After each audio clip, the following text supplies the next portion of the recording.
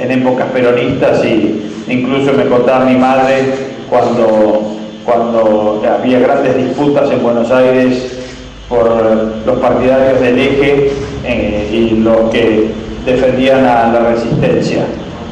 Y un poco mi abuela también, una inglesa, que en su biblioteca tenía libros de Jefferson y de Hamilton y de Benjamin Franklin y de George Washington, y todo eso debe haber influenciado mucho a mi padre, que era un muy buen historiador, era profesor de geografía, pero muy buen historiador, tenía una biblioteca completísima, y entonces nos inculcó a los 5 hijos mucho odio por todo lo que fuera tiranos, prepotentes, power seekers, como decía mi abuela, buscadores de poder, prepotentes de todo género y laya, y al mismo tiempo gente muy poco agresiva, que le gustaba relacionarse con los demás en forma amistosa, en forma contractual, en términos de seducción, vos me haces sentir bien, yo te hago sentir bien, y no en términos de violación.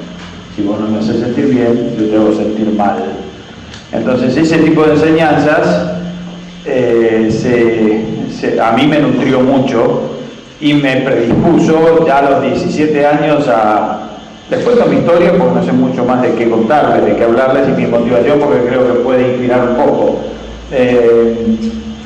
Me acuerdo que la primera motivación de participar en temas de política fue con Ernesto Sammartino, que era un líder radical que tenía un movimiento llamado Movimiento de Unión y Reorganización Radical.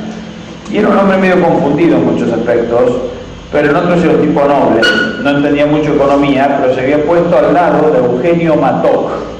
Eugenio Mattock era un profesor universitario que tenía varios libritos, uno de ellos se titulaba Delenda Est, Banco Central, y después tenía otro que decía El crimen, y enseñaba contabilidad pública. Y él ponía mucho énfasis en temas monetarios, diciendo, cuando se le confía la moneda a los gobiernos, y como después decía Seinfeld, es confiarle en nuestro canario un gato hambriento. Le das rienda para que emitan plata, entonces a partir de allí pueden manejar el presupuesto. Manejando el presupuesto pueden comprar votos y destruir cualquier rasgo de sanidad económica que exista. Bueno, la cuestión es que ese tiempito aprendí mucho Eugenio Mattock. Después leí Al Burgués con Roberto Descorbe, el libro de Venegas Nin tuvo mucha influencia. Esto muestra lo importante que son cosas que uno piensa que pasan desapercibidas para los chicos, pero van formando conciencias y van creando buen clima y buena conciencia.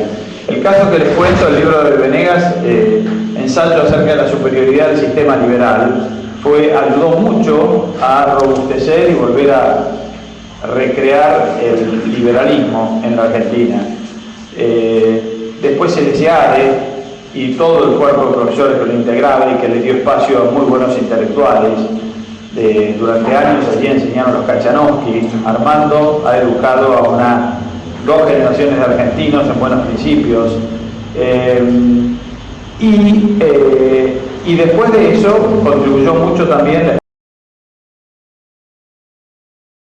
Escuela de Educación de Norberto Carca y de Mario Silverberg junto a Guillermo Pollero. Se juntaron los tres, dijimos, fundemos una escuelita, después lo convencieron a Vinelli y armaron una escuelita como esta. Lo contrataron a Enrique Loncán, que dio unas charlas muy buenas que reproducía de lo que fue una iniciativa del viejo Venegas Lynch, de llevar gente a la Foundation for Economic Education en Nueva York, que tuvo mucho éxito. Ahí fue Mario, ¿no? Después Mario me becó a mí, me consiguió una beca de Leonard Reed. Pero el secreto allí estaba en qué? Formar gente en buenos principios. Loncán debe haber formado, entre los 3 primeros alumnos que fuimos a la primera clase, estaba Kachanowski, que después no grababa, que hoy Atlas Economic Research Foundation, con influencia en todo el continente. Yo que he fundado el Junior Achievement acá, que más allá de mi influencia personal, la institución tiene mucha influencia, hoy tiene 70.000 alumnos por año. Entonces, ese tipo de iniciativas que muchas veces uno subestima, van formando, van moderando. Ustedes me dirán, bueno, pero seguimos todavía con los peronistas, con Kirchner y con... Sí, pero no estamos más a los tiros, menos que antes. Hay un clima, además, no hay bombas, no marchan los montoneros por la avenida Callao, están los piqueteros, pero es un ambiente más moderado, no secuestran y matan todos los días. Delincuentes comunes sí, pero desde ese punto de vista yo veo una evolución, que sin lugar a duda, estos grupos de gente formada han contribuido a moderar un poco el ambiente. Estaríamos muchísimo peor, sin la menor duda, sin la existencia de estos grupos.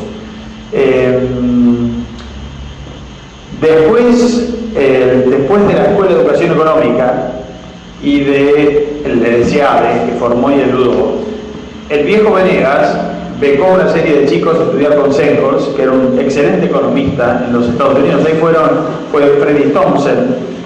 Freddy después fue vicerrector, fue profesor de la Universidad de San Andrés, Eduardo Zimmerman, vicerrector de San Andrés, Luisa Sorraquín, Ponciano Blanco, José Olivaria, que fue diputado nacional, Chafuén, Kachanowski, fui yo. Todo un grupo de gente que ustedes dirán, bueno, formaron 10, 12 tipos, con un alemán estricto, inteligente, que nos metía buenos principios en la cabeza. Pero los 12 después hicimos fuerza para el lado correcto. Enseñamos, dimos años de clase en la Facultad de Derecho.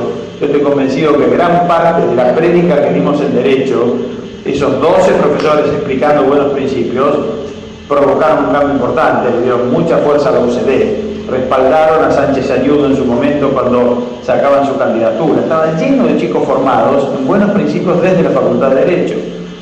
Entonces, lo que parece y pasa inadvertido, como es dedicar un poco de tiempo a planificar, a escribir un libro, a formar una institución, a darle marco y tratar de ver cómo se negocia políticamente y cómo se planifica una actividad, tiene repercusión a largo plazo.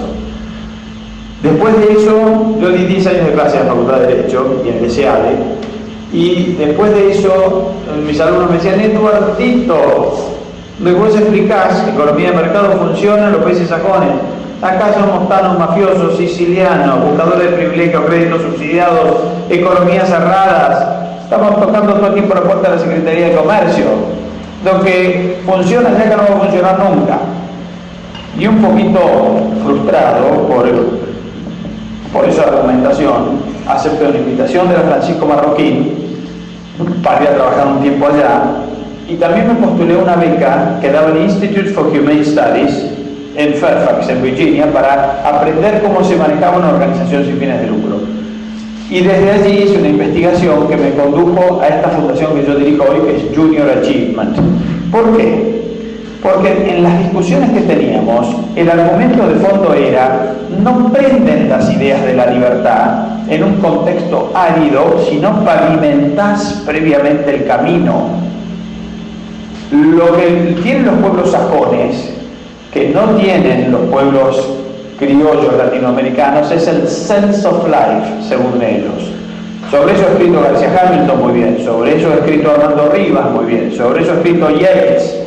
Es decir, el argumento es, ¿qué es lo que falla? Que cierto tipo de ideas, aún confundidos y llenos de errores, prenden más en cierto tipo de poblaciones en acepto, en determinados periodos de la historia, que en otros.